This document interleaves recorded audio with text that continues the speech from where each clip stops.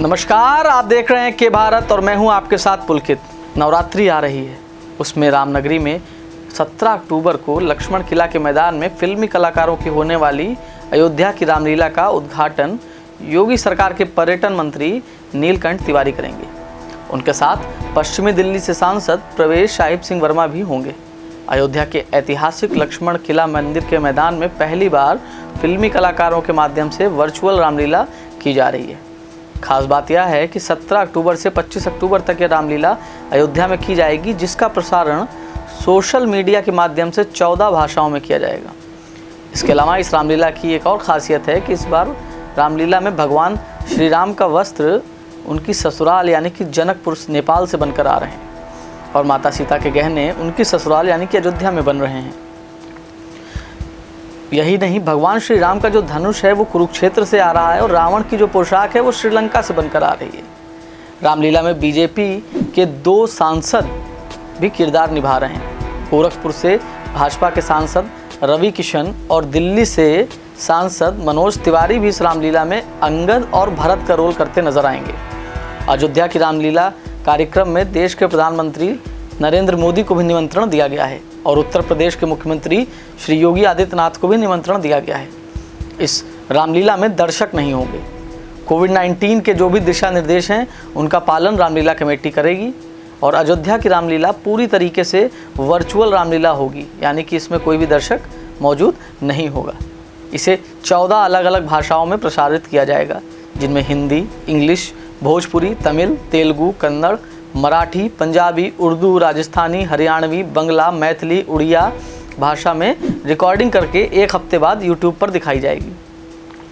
अयोध्या की रामलीला की तैयारियां ज़ोरों से चल रही हैं और लक्ष्मण किला के मैदान में भव्य सेट बनाने का काम शुरू हो गया है, तो इस बार एक अनोखी रामलीला होने की पूरी उम्मीद है।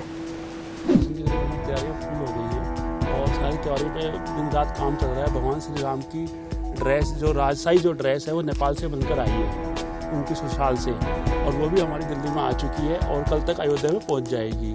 और भगवान श्री राम की मूर्ति बनाई जा रही है, जो जहाँ जब भगवान श्री राम के चरण पड़े थे वहाँ से मिट्टी लाकर उनकी मूर्ति बनाई गई है और उसका हम लोग यहाँ पे स्थापित करेंगे और डेली उसकी पूजा होगी और जिस दिन समापन होगा उसका हम विसर्जन करेंगे सरयू नदी के अंदर। अपहरण मामले में 2 बदमाश गिरफ्तार किए गए हैं। जी हाँ, अयोध्या जनपद के हैदरगंज थाना क्षेत्र के कटौना गाँव के रहने वाले युवक आशीष शर्मा का बीते 9 अक्टूबर को अपहरण हुआ था। इस मामले में 5 आरोपी बदमाशों में से 2 बदमाशों को पुलिस ने मुठभेड़ के बाद गिरफ्तार कर लिया है। पुलिस का दावा है कि मुठभेड़ के दौरान 2 बदमाशों के बीच फायरिंग हुई, जिसमें दोनों बदमाशों के पैर में गोलियां लगी हैं। वहीं एक पुलिसकर्मी भी जख्मी हुए हैं। इस अपहरण कांड में अभी तक अपहृत युवक का कुछ भी पता नहीं चल पाया है। देर रात्रि 1:10 के करीब अयोध्या जनपद की एसओजी और थाना पूरा कलंदर की संयुक्त टीम के द्वारा अपराधियों के साथ एक भयंकर मुठभेड़ हुई, जिसमें कि 2 बदमाश को गोली लगी है और गंभीर रूप से घायल है, उन्हें हॉस्पिटल भेजा गया है। इस मुठभेड़ में पुलिस का एक आरक्षी अनूप पांडे भी घायल हुआ है। सभी को इलाज के लिए जिला अस्पताल भेज दिया गया है। जो बदमाश थे उनकी पहचान मोहित वर्मा पुत्र संजय वर्मा, जो कि ग्राम प्रधान है, और रवि वर्मा पुत्र दान बहादुर वर्मा, ग्राम कटौना, थाना हैदरगंज के रूप में हुई है। अयोध्या में बाल अपचारी गृह में किशोर की मौत हुई है। अयोध्या जनपद के राजकीय संप्रेक्षण गृह में भारी लापरवाही सामने आई है। देखरेख के अभाव में बाल अपचारी बीमार हो रहे हैं और चौक के राजकीय संप्रेषण गृह में एक किशोर की संदिग्ध मौत के बाद प्रशासन में हड़कंप मच गया है। जानकारी के अनुसार बीमार होने के बाद किशोर को जिला अस्पताल में भी भर्ती कराया गया था, जहां इलाज के दौरान उसकी मौत हो गई है। बाल अपचारी रवि रौनाही के लखौरी गांव के निवासी थे। जो बालक के परिजनों ने आरोप लगाया है कि राजकीय संप्रेक्षण गृह के कर्मचारियों ने उसकी पिटाई की, जिसके बाद इलाज के दौरान उसकी मौत हो गई।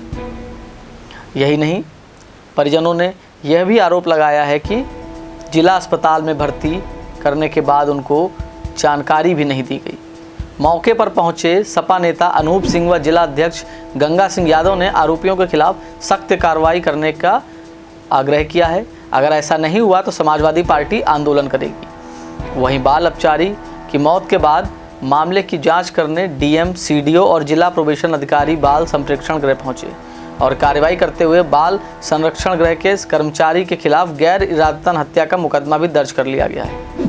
तारीख की रात में यानी कि 10 और 11 के बीच में एक बच्चे की यहाँ पे डेथ हुई है, तो उनके परिवार के लोग भी मिलकर गए थे। उसकी कुछ तबीयत भी ख़राब थी, लेकिन उसको संदिग्ध मानते हुए एक मुकदमा दर्ज कराया गया है। ये कोतवाली में यहाँ पे एक मुकदमा दर्ज कराया गया और उसकी विधिवत जांच की गई है। हमने भी अपनी तरफ से यही ताकि किसी भी प्रकार की कोई लापरवाही ना रहे और किसी को उसमें आरोप लगाने का अवसर ना मिले।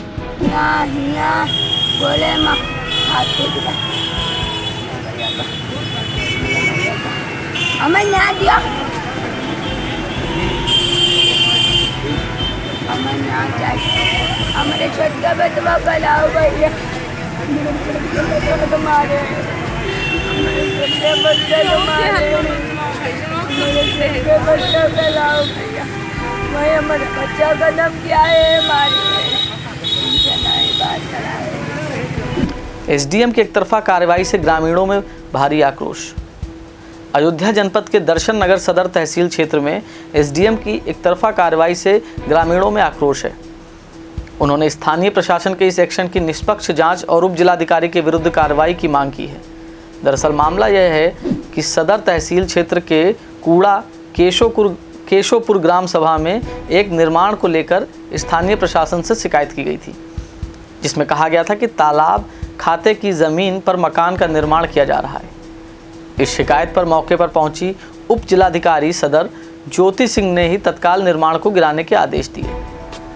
उप जिलाधिकारी के आदेश मिलते ही निर्माण को ध्वस्त करने की कार्रवाई भी शुरू कर दी गई। निर्माण ध्वस्त होने की जानकारी मिलते ही ग्रामीण एसडीएम से अपना पक्ष रखने के लिए समय की मांग करते रहे। उन्होंने अपने पास मौजूद कोर्ट के पेपर भी दिखाए, जिससे एसडीएम संतुष्ट नहीं हुई, तो ग्रामीणों ने अपना पक्ष रखने के लिए 24 घंटे का समय मांगा, लेकिन एसडीएम ने ग्रामीणों को समय नहीं दिया। आरोप है कि स्थानीय प्रशासन की यह कार्रवाई एक पक्षीय की गई है।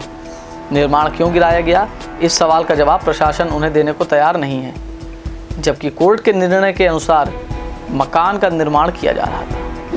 सर, हमारे पास सिविल कोर्ट की 1981 की डिग्री है। हमारे पास ज़मीन के लीगल पेपर हैं। हम किसी काम बस बाहर गए थे, हम आए देखे तो हमारे घर से कार्यवाही हो रही थी, जेसीबी चल रही थी। तो हमने मैडम से पूछा, मैडम आपने जो है एक अच्छी कार्रवाई कैसे कर दिया बिना दूसरे का पक्ष सुने? आप कम से कम, हमने उनके पीछे लेकर के मैंने कहा आप कानून को मानती हैं कि नहीं मानती हैं? ये कोर्ट की दी हुई डिग्री है, ये कोई हमारी बनाई हुई नहीं है। तो उन्होंने जो है कहा आपके पास जो कुछ भी है वहाँ लेकर जाइए। ऐसा लगता था कि जैसे वो पूरा मूड बना करके साथ में ही जेसीबी लेकर आई थी। और इसके बाद उन्होंने जो है बिना कुछ कोई पक्ष सुने हुए आगे पीछे हम लोग गिड़गिड़ाते रह गए, लेकिन उन्होंने एक नहीं सुनी।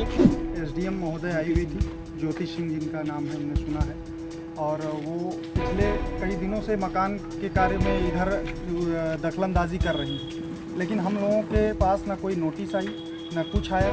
मैं सशस्त्र सीमा बल में सिपाही की पोस्ट पे कार्यरत हूँ। मैं अपने बॉर्डर पे ड्यूटी में था।